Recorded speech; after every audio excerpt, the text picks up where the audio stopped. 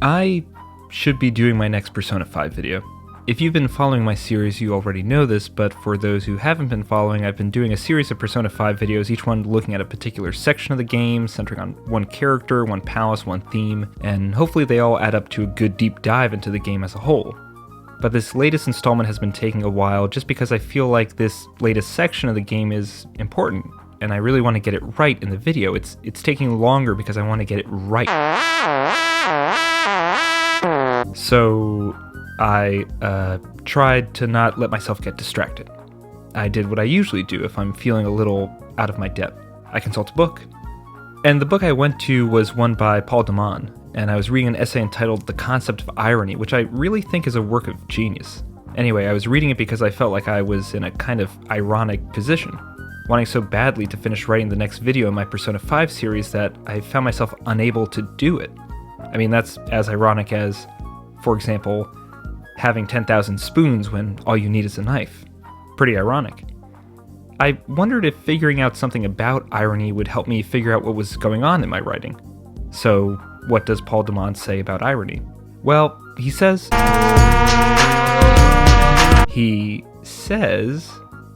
that irony, above all else, could be defined as a constant state of parabasis. And that solved all my problems.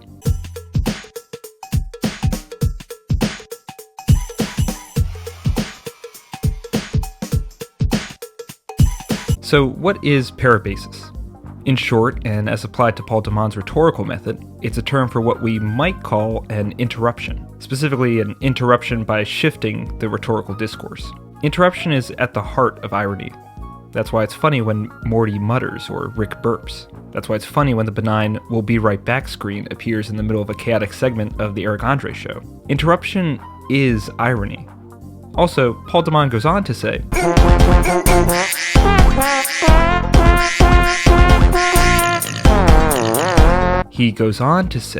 that irony basically mixes up meaning, turns it into a sort of free-floating currency, susceptible to the inflation and deflation of value, the exchange of value, small things seeming big, big things seeming small. He says irony turns meaning into money, which would certainly make my parents very happy, heyo. But seriously. Damon says meaning, like money, is the root of all evil. And I read that and I was thinking to myself, no way. Then I thought to myself, maybe this guy is being ironic? Then I interrupted myself and my reading and picked up another book. Montaigne didn't really trust people who quoted others.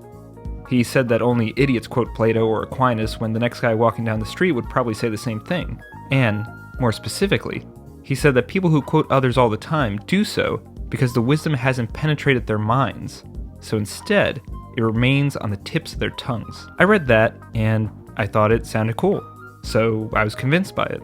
But then I remembered, wait a second, Montaigne's quoting people all the time. Was Montaigne being ironic here? The answer is, probably. He was all about interruption. The French critic Sainte-Beuve compared reading Montaigne to the following experience. Imagine you're walking through a dark wood, so dark you can't see anything at all. But Montaigne is in front of you, holding a lantern, leading the way. You follow him, and each time you think you've arrived at a patch of flat land or a clearing, Montaigne turns around and says, "Don't trust what you think you feel beneath your feet. Remember, it's dark. Only trust the light of my lantern."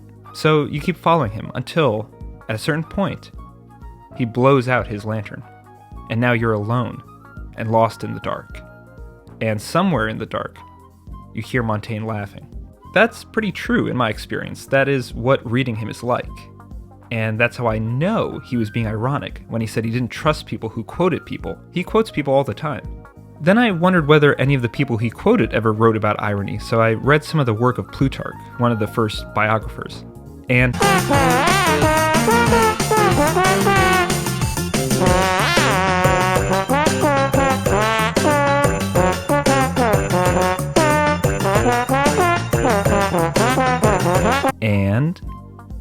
On the opening page of his essay on Pericles, I read the story of Augustus Caesar walking through Rome and seeing some rich strangers walking around and hugging and kissing a bunch of puppies and monkeys. So Caesar walks up to them and says, "Hey, so do you guys not have children with women where you're from?" Plutarch here interrupts. I said he interrupts. He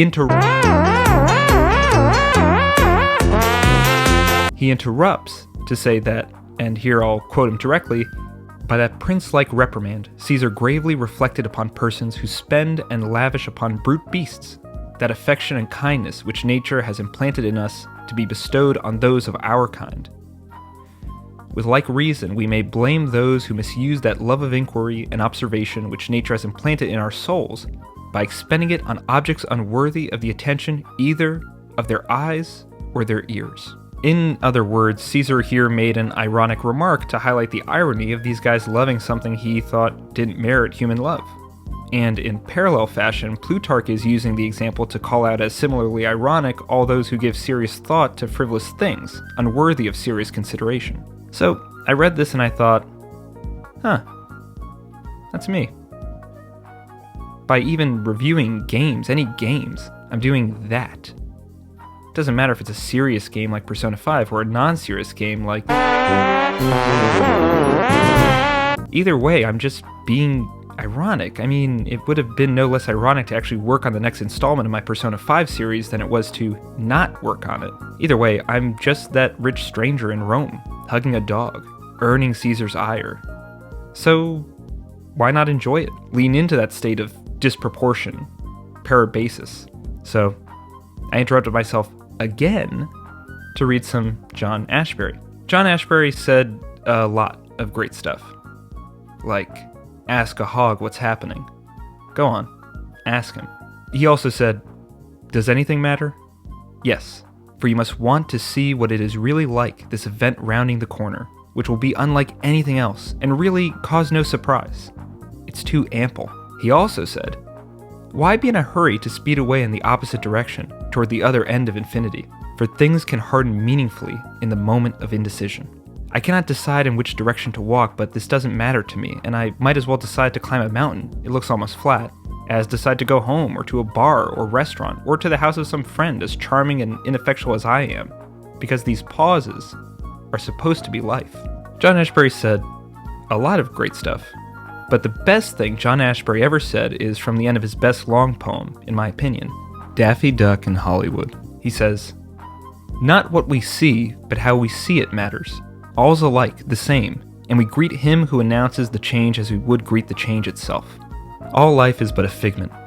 Conversely, the tiny tome that slips from your hand is not perhaps the missing link in this invisible picnic, whose leverage shrouds our sense of it.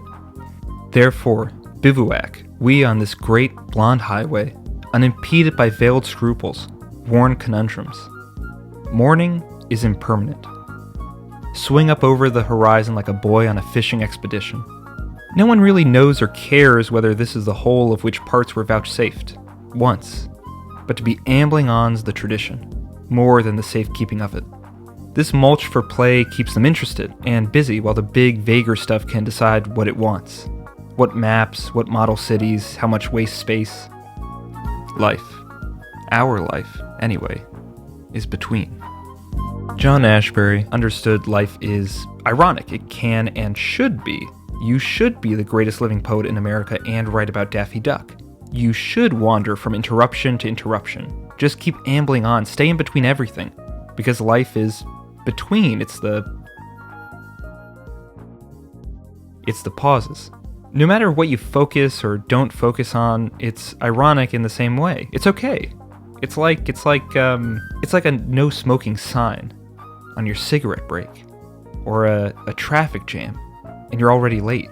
It's like reviewing the ironic wonder that is the video game John Ashbery would have played. I mean, it's like reviewing Trombone Champ without ever talking about it.